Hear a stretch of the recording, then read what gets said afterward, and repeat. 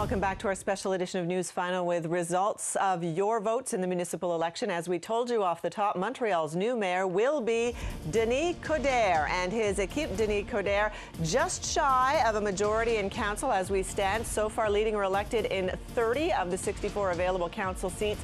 One seat he did not take is the borough chair of NDG Côte-des-Neiges, where Russell Copeman is in. We talked about that. And in Pierrefonds-Roxborough, Coderre's Jim Bies is the borough mayor there. So he did take that borough mayor seat. Moving off to Saint-Laurent, Coderre candidate Alan D'Souza. No. Are those the right numbers? We're going to have to talk about this because my numbers told me Alan D'Souza was the winner there. So we'll have to take a closer look at that. But the board is wrong, folks. So ignore the board and listen to the voice. Alan D'Souza is the new borough mayor of Saint-Laurent. We'll double check the numbers for you because joining me now, former councillor in the Peter McGill district and City Hall analyst Karim Boulos just pulled it up. And indeed, right? Alan D'Souza, what did he get?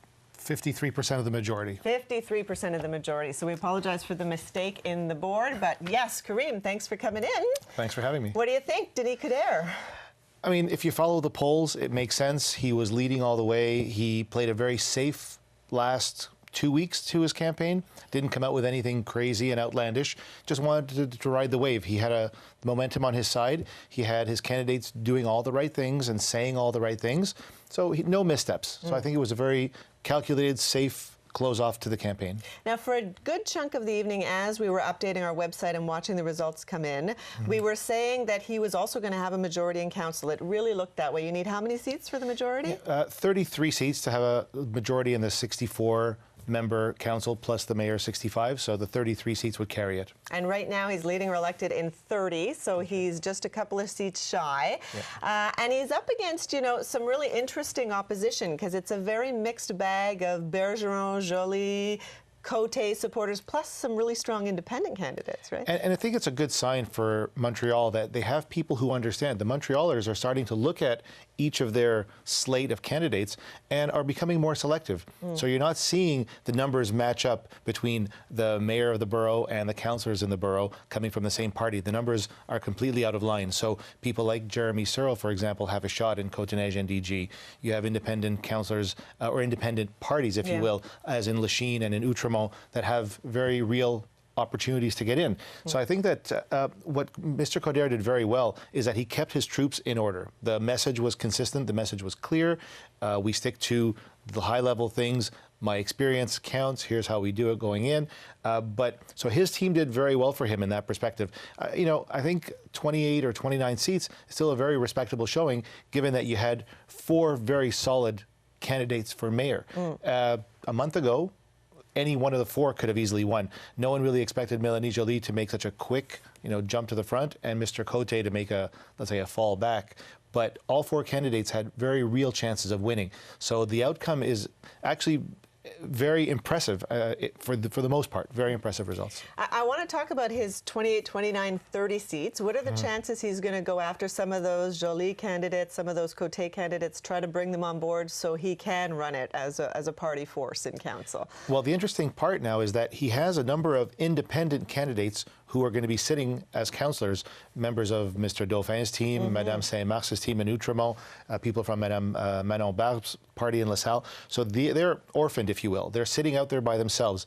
People from Bergeron's team are not likely to switch. I think Projet Montréal has shown a lot of solidarity as a party. And Bergeron, by the way, just for our viewers, because I don't think we've touched on it yet in the show, 19, right? Councillors so 19 far? and counting. And there's a couple of races that could take him to 21 or 22. Right. So I think the orphaned councillors who are elected from these independent parties could be drawn in. I mean, we've seen it in the past. Councillors have been offered seats on the executive committee in exchange for their allegiance and their support, and getting them to that 33, 34 threshold, wouldn't take much when you're at 29. I know that you don't think that's the best thing for Montreal, right? I mean, I don't think most Montrealers would think that. Party system is a little odd municipally, right? I'm very vocal about my opinion of the party system. I think that there's a time and place for a party system, and I don't believe it's at the municipal level. Right. As you know, only British Columbia and Quebec have a party structure set up within the province for their municipal elections and municipal parties. I think an independent council can vote for the best interests of whoever the candidate represents. So each district needs to have its own distinct voice. With a party structure, we have much greater chance of seeing what we saw in 2001, 2005, in the beginning of 2009 under Union Montreal, where, you know, one voice, caucus would decide in advance, and they would all vote one way. And we saw where that took us. Well, you know, I think it just makes it easier for people to just send a message to the leader of the caucus, and it gets through to the party. Right. Okay, let's talk for a little bit about Laval. Speaking of the party system, up in Laval, as you know, they were rivaling Montreal for the corruption controversy. It's Quebec's third largest city, and Laval has a new mayor tonight for the first time in nearly a quarter of a century. Marc Demers from Mouvement Lavallois is the mayor-elect. Now, this is interesting because it's a new mayor, but it's not a new party, really, is it, in Laval? Well, it's a new party in so much as it was set up in order to present an entire new position for Laval citizens to select or go for. There were many vocal people as Mr. Vaillancourt was on his, you know, unceremonious way out. But I think this party represents a complete change. It really is a new perspective. It's a former, you know, member of the police force, just a strong vocal person who really represents everything that Mr. Vaillancourt did not succeed in representing.